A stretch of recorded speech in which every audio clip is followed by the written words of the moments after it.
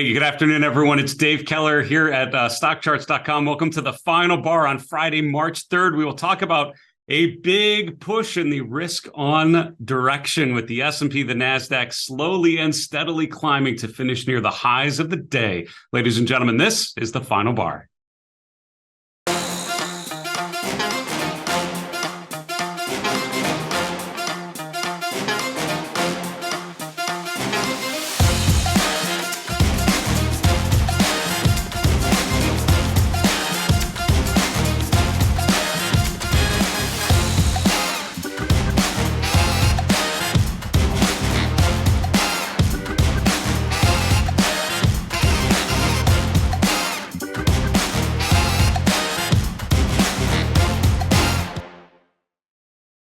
Hey, everyone. Welcome to the final bar. I'm your host, Dave Keller. I'm the chief market strategist here at StockCharts.com in a cloudy Redmond, Washington. Thanks for joining us every weekday after the close for our show as we break down the activity in the markets using the best practices of technical analysis, focusing on the message of the markets. While there are clouds here in Redmond, Washington, certainly doesn't seem to be any clouds in the market environment. We really saw an acceleration to the upside yesterday. And in my conversation with Mariella McGonigal on the show, we talked about sort of this renewed strength and whether that might portend further strength, right? Whether strength begets strength, whether we get a bounce off of the pullback that we saw in February, and whether March sets up to be a little stronger. For what it's worth, today really pushing to the upside. Now, March, particularly the first Friday of the month, tends to actually be pretty strong. I got that from the Stock Traders Almanac this morning. Did not realize how strong we would actually play out. When we get to our wrap the week segment, we'll focus on that movement to the upside and how bond yields coming down, certainly a big part of that story as well. Let's get to our wrap the week segment. I do want to start with a poll. We always have a poll going at StockCharts.com on our live stream page. Also, you can find it on our social media accounts. So follow us on Twitter and YouTube as well. We asked you, what would you feel most comfortable shorting right now? And why I love this question is because I personally don't short at all. I do some, inverse ETFs, but I really don't short anything. And so it makes a big difference to think psychologically about, as opposed to what you would want to own. What would you feel most comfortable taking an active negative bet on? 41% of you said stocks using the SPY. 34% of you, not too much less, said Bitcoin. 16% of you said you'd be comfortable shorting bonds. Only 9% of you said you'd be comfortable shorting gold. What's interesting about the short side when you're thinking of any sort of bet is the problem you have with shorting stocks is twofold. Number one, you have unlimited loss basically, right? Because if the market keeps going higher and higher, you theoretically can lose an infinite amount, but you obviously can't, right? You lose all your invested capital along with any margin or anything that you would be using for leverage as well. The other thing is you're fighting the general trend of the markets going back hundreds of years. And I think that's something for a lot of people they've kind of struggled to make sense of. I didn't answer this question. I probably would have said stocks, to be honest with you. I think I'd agree with the multitudes here. And the only reason is because I think when you're shorting the SPY, you're shorting the indexes. You're not necessarily shorting individual stocks. And I would say that is a completely different poll question and discussion we can have. And I would say with individual names, there's still, to this moment, are plenty of opportunities to be presented with. Let's continue on with our Wrap the Week segment.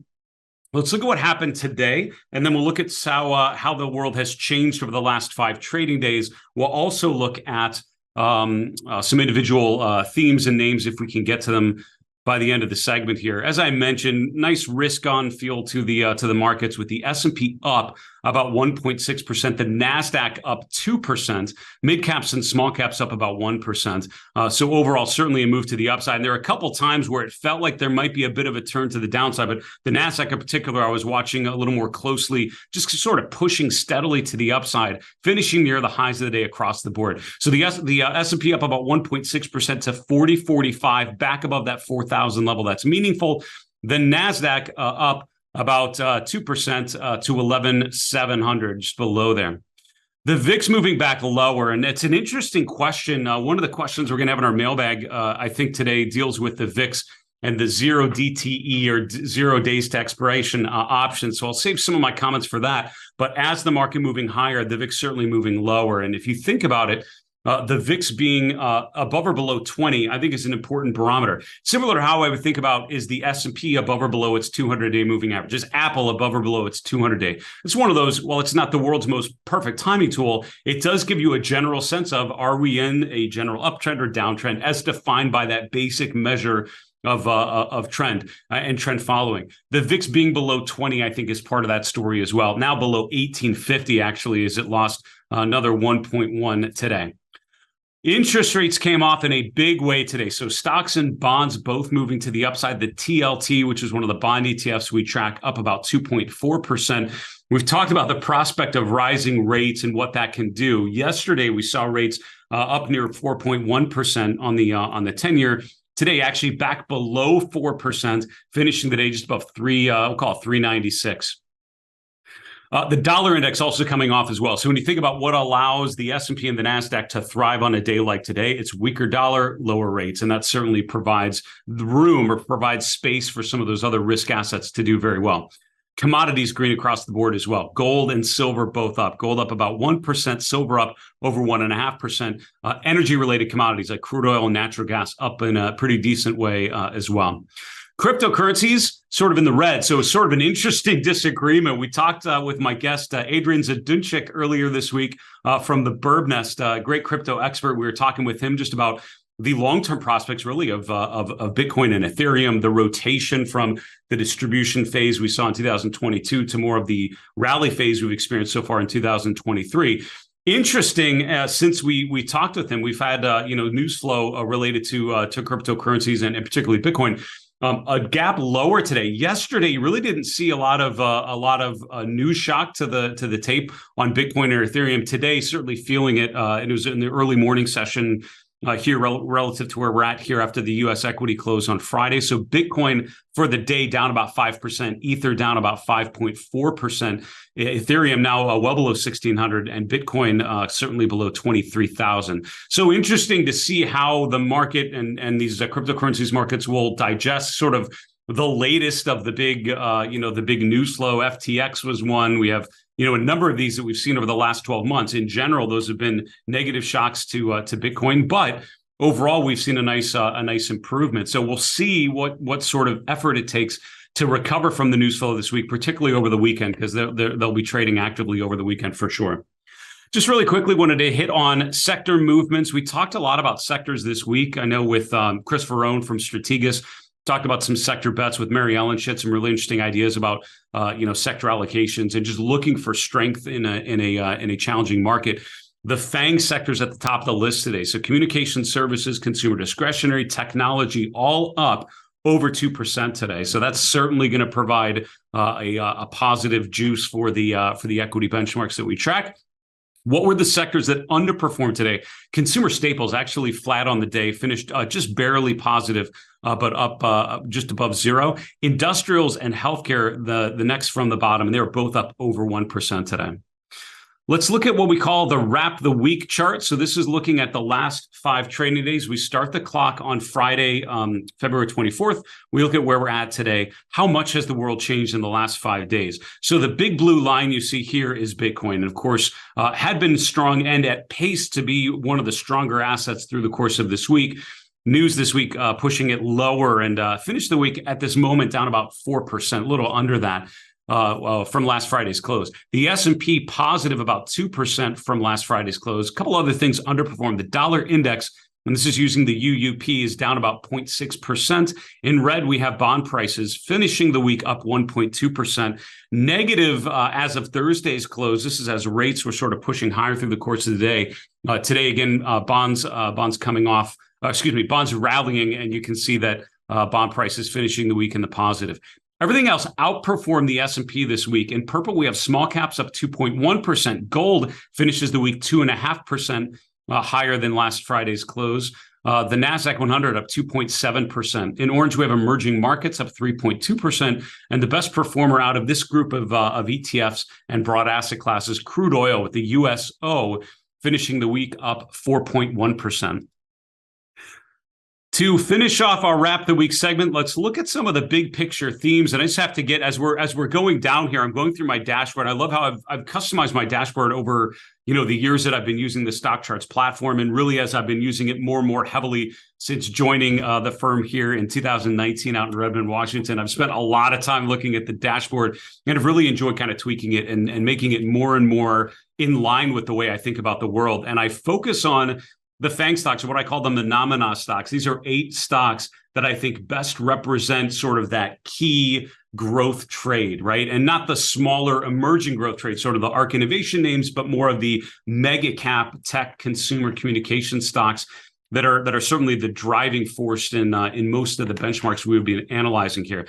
Meta up 6% today. And if you look at just a little preview chart of Meta, look at how we had that gap higher in early February. We pulled back, and I remember talking with Sean McLaughlin of All-Star Charts when we had that gap higher and then the move lower. And the question was, what do you do with a name that's gapped higher, but then there's not enough follow through? And the answer I think that we kind of came to agreement on was, you wait for a better pitch, right? It's sort of telling you this is not the right time for it. What's happened over the last week, look at how we've rotated lower. Certainly as we had talked about that, lack of follow through just meant an absence of demand. Price moving lower starts to bottom out over the last couple of weeks around 170, and then we're seeing a rotation back to the upside.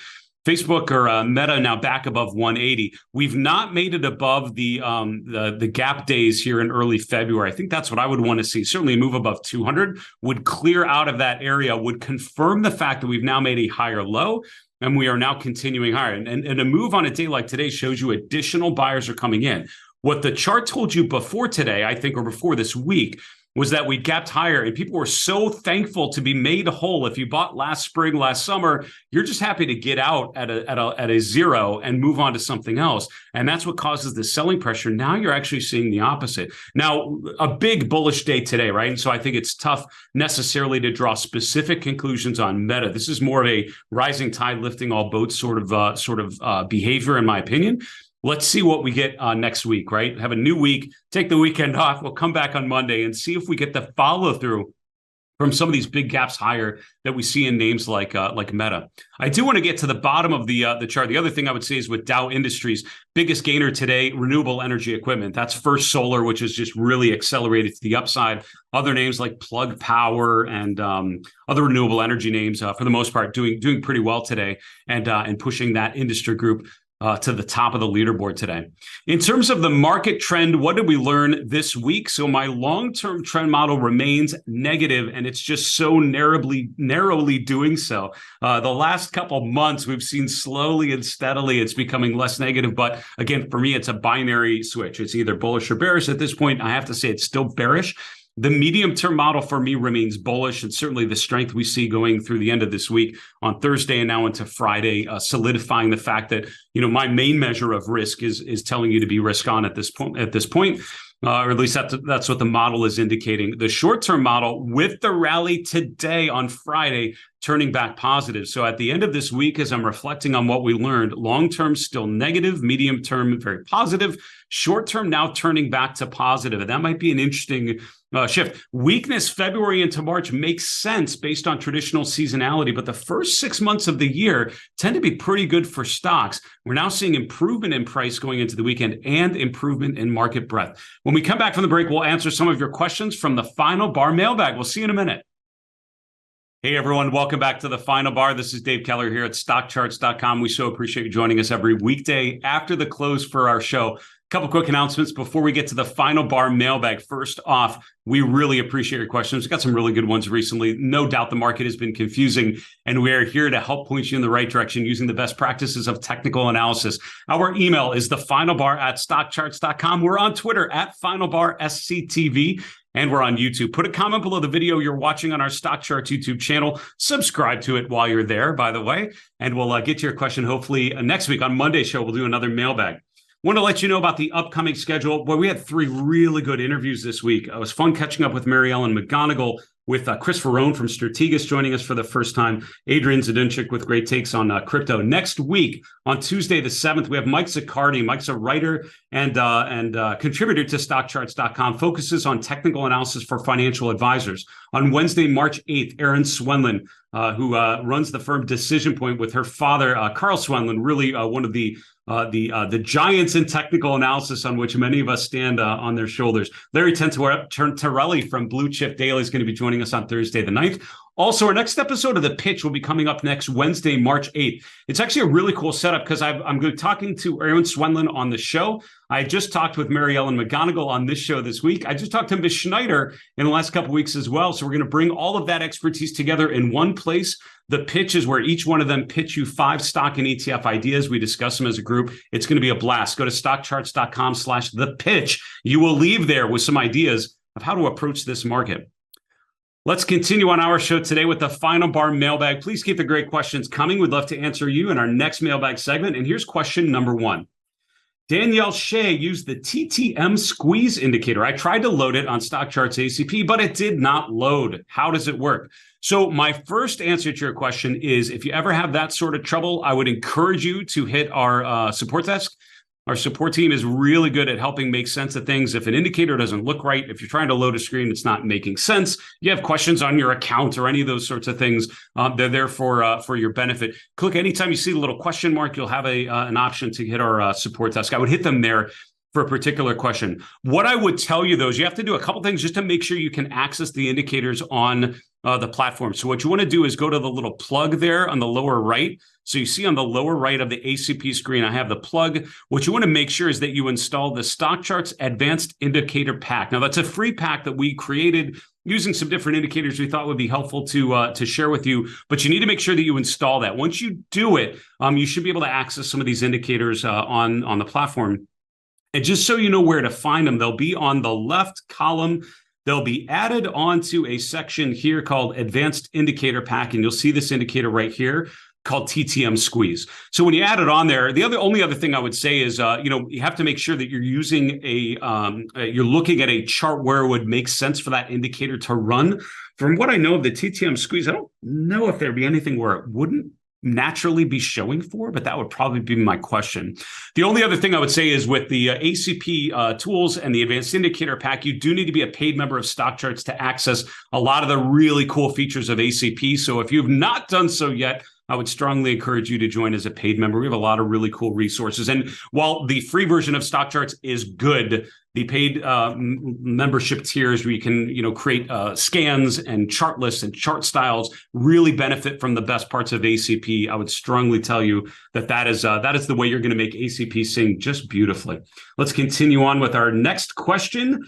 Are we seeing a possible inverse head and shoulders for China ETFs, including KWEB, FXI, EEM, VWO? Fact check on that one. VWO is actually and EEM. Okay, right. So you're asking about China ETFs. You include a couple that are actually more EM ETFs, right? So EEM and VWO are more emerging markets ETF. But I get your point. You're asking, are we seeing some of that inverse head and shoulders? So let's start with KWEB and FXI are some of the more liquid ones, some of the more commonly used ones. And you're asking, are we seeing inverse head and shoulders? You didn't send a chart, so I'm guessing what you're talking about is this as the sort of head. This is kind of the left shoulder, and this is kind of the right shoulder. And I say kind of because there's sort of this weird thing happening. It's not the most ideal situation. So my first thought on something like KWEB is it's not a great inverse head and shoulders pattern, because I will tell you with a lot of pattern recognition, we tend to look for things that look really similar, right? So I'll have people saying, is this a flag? And if you really draw the lines and analyze it, it's not really a flag. We are hardwired to see patterns. A lot of times patterns that aren't there. So is this a good inverted head and shoulders pattern? No. And I'll tell you why. You have this weird sort of complex thing. So you kind of have 3 different left shoulders to choose from. And more ideally, it would be like a low, a big head at the bottom, and then the higher low, and it would be a really clear-cut example. So I don't know if I certainly wouldn't suggest that that's it. With the other China ETFs, you have that problem, and the problem is sort of this weird gappy thing that you had back in March of last year. So having said that, it's not an ideal pattern, but let's use FXI and say, what if we do think that this is okay? And what you're basically telling me, I think implying from your question is that, and I'm sorry, I'm just getting some lines here. Like this is the head there. We have the right shoulder here, and we'll call this the left shoulder. And if that's what you're seeing, I can't disagree with that too much. I think that's a fair assessment. So the question then is, what's the neckline, right? So the first question you need to ask is there a clearly defined head and two shoulders? And if we can say that that's the case, you then need to define the neckline, which means take the right shoulder and the head and look at the highest point between the two, which is this point right here. Same thing with the other shoulder and the head, and that's this one right here. You connect the two with a trend line. That's your neckline. So the answer is, are we seeing a possible inverse head and shoulders? Absolutely, because it's possible. Is it a confirmed head and shoulders? 100% absolutely not, until you break above this line right here. And what you have to remember is the real key part of pattern analysis. If you look at the work that Edwards and McGee did, and what many call the Bible of technical analysis, one of the first book written thinking about price patterns and using price patterns to analyze stocks. If you look, there's sort of a couple different phases. I would argue three pieces to any price pattern. Number one's the setup, which I would say you now have, right? Which is a head and two shoulders. So you get the idea that this is a possible pattern. Step two is the trigger, which would mean you actually have to break above the neckline. So until you have a confirmed break above this dotted green line here, which we call the neckline, it is not a validated pattern. So you can't analyze it or say it's a head and shoulders until you break the neckline. It is a pattern that recognizes when it's a valid break. You've actually done it. Then the third piece would be a follow through, which means not only do you break out there, you actually follow through and show further movement in that direction. Edwards and McGee would probably complain about what I just said and say there's a fourth piece called volume, and I've had extended friendly and not so friendly debates with my friend Tom McClellan about the importance of volume and things like head and shoulders patterns. I'm less keen on those. He's definitely more keen on them. Having said that, there's no denying the fact that we're seeing some higher lows, and I think breaking above those highs from January would be a great bullish sign for China. We're not seeing it yet. Next question. Isn't it crazy to have these 1% swings intraday, even when the VIX is at 20? Do you think these zero DTE options are to blame? So yes and no. I guess my no question is it crazy to have 1% swings intraday when the VIX is at 20? Absolutely not. What you have to remember is that the VIX, by definition, is not looking at volatility, right? It's not looking at a historical volatility for the S&P 500, right? If you look at that, they're going to be related, but certainly different. The VIX is actually looking at options traded for the S&P 500. And so it's really telling you about the dynamics of that market. But it's an implied volatility. I mean, basically, you can use it to imply what you're seeing with the S&P. That's the benefit of looking at the options market for sentiment and looking at the VIX, looking at any sort of other implied volatility measure, looking at put call ratios. I would put in that same bucket where you're not directly looking at something that is defined by the underlying index or equity. It certainly implies a relationship. And in general, you can see over time that that's been the case. So can we have big swings while the VIX is below 20? Of course we can, right? And you can show over time, you can see just in the last month or so that we've had big moves and the VIX has remained low. Even back here in mid-2021, look at the number of days where you saw big gaps, big swings, even though the VIX, for the most part, was below 20 for that whole stretch. So it's not telling you what one individual day may hold. It's telling you about a broader trend. And I think that is what that is getting to the latter part of your question.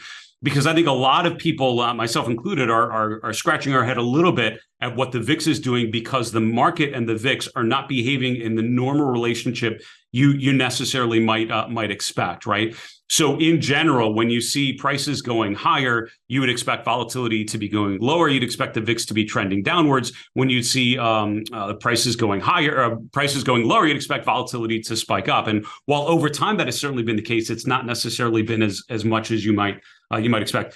I would say one of the biggest concerns I would have with the options market is the fact that it's still an open question. I've talked to people that have traded options for decades and know this space better than anyone, I would think, and they are still trying to ascertain what the impact of the 0 days to expiration options are. Certainly, there's a ton of liquidity there. Certainly, there's a lot of use of those with retail investors, and certainly it seems high frequency traders as well. But it's still an unknown. Next question, when the VIX is down while the market is down or up while the market is up, doesn't that usually signal a reversal? And I love that, sort of a related question to what we talked about just previously. I not necessarily, and again, I think that's putting a little too much weight on the intraday relationship between the S&P and the VIX. There are plenty of times when the S&P and the VIX move inversely, and as a matter of fact, that's most of the time what happens. But there will be individual days, and we've seen that quite often actually recently, where the VIX and the S&P will both be up, the VIX and the S&P will both be down. I personally don't see a signal in that. If others have done work, or if you want to point me to that, I would love to see examples.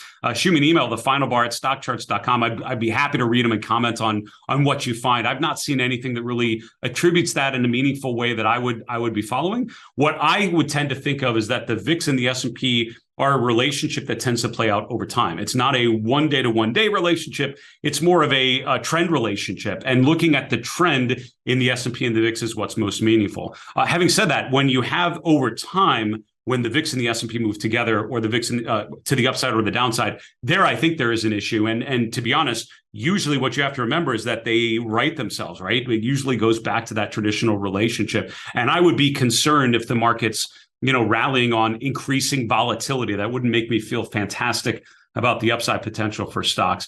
Great questions there. Great mailbag. Some of these really made me think, and I really appreciate you guys sharing some of those questions you're running into. We need to wrap the show, though, and go to the 3 in 3. Let's hit on 3 charts in 3 minutes that tell the story of this market environment. Chart number 1, I had a really good fun time with Grayson Rose here at StockCharts.com yesterday. We're talking about some of the tips and tricks with the StockCharts platform as we were looking at development priorities and thinking about what the development team will be working on here through the end of this year. And one of the things that I was just reminded of was the benefit of getting price out of the way. Day-to-day prices, and particularly intraday prices, are super noisy, right? The day-to-day movement, the volatility, in a lot of ways is noise. There's a benefit in waiting for the daily close because it gets rid of all that noise and just focuses on one data point every day. But we can even do better. What we can do with the StockCharts platform, and just below the sharp charts, you can actually go here where it asks, how opaque do you want the prices? Do you want it a 1, which means it's brilliant, bright colors, or 0, which means it's gone? I basically set it at 0, which means it's gone. And I'm just looking at the 50-day or the 200-day. I actually created a chart style which looks at the last 5 years, daily data, 50 and 200-day, and the RSI and the momentum. So even though you don't see the prices of the S&P over the last 6 months, can you tell that the market has rotated from a distributive phase to an accumulative phase? Absolutely, right? How can you tell that? Well, both the moving averages are now rotating higher, particularly the 50-day moving average, now crossing above the 200-day, which we saw last month. The RSI, which had been firmly in a negative trending camp, sort of in the lower end of the range, actually bouncing higher. And you can see that we've held the RSI 40 level, which is usually telling you we're more of a bull market phase. By looking at a series of charts, by ignoring the daily price action, just looking at the smoothed out price data, I think it's a great way to sort of step away from the normal flickering ticks of the markets and just focus on some of the long-term trends. I hope that inspires you to tweak the chart styles and get rid of price sometimes and just see what sort of other indicators and other messages you can pick up on. Chart number 2 is interest rates. I was doing an interview earlier today and I was asked about interest rates. What's so interesting to me is if you look at December, we see rates going higher, right? The 10-year yield getting to around 390. We see value stocks outperforming growth. In January, rates went back down as the TNX hit its 200-day moving average and value stocks underperformed growth stocks. Here, things got a little weird and disconnected from that normal relationship. We've seen the market move higher. We've seen interest rates move higher in February, but growth and value have been dead even. That ratio is actually flat. And it tells me to be thinking a little less about value versus growth as the 2 big buckets, but think a little bit more. And if you think of some of the questions I've asked our guests this week, it's more thinking about different levers you could pull and the different areas within value and growth. And I would encourage you to do that thought as well. Finally, let's finish the week on a cautionary note. A lot of charts moving higher, but not all charts did. I think it's an interesting day to look at names that actually struggled today. Pharmaceuticals, an obvious place to look. Healthcare has certainly been struggling. MCK, which is McKesson Corp, a pharmaceutical name, breaking down below its 200-day moving average this week. What along this chart would get you to be less positive? Folks, that's a wrap for this week. I'm Dave Keller here at StockCharts.com. Have a good weekend. We'll see you on Monday.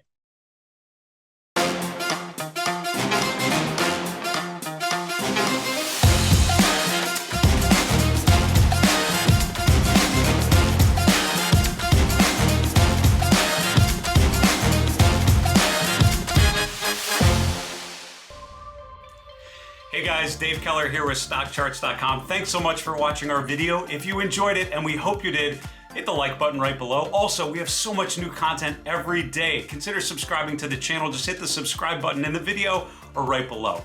Thanks for watching. Stay safe. Have a fantastic day.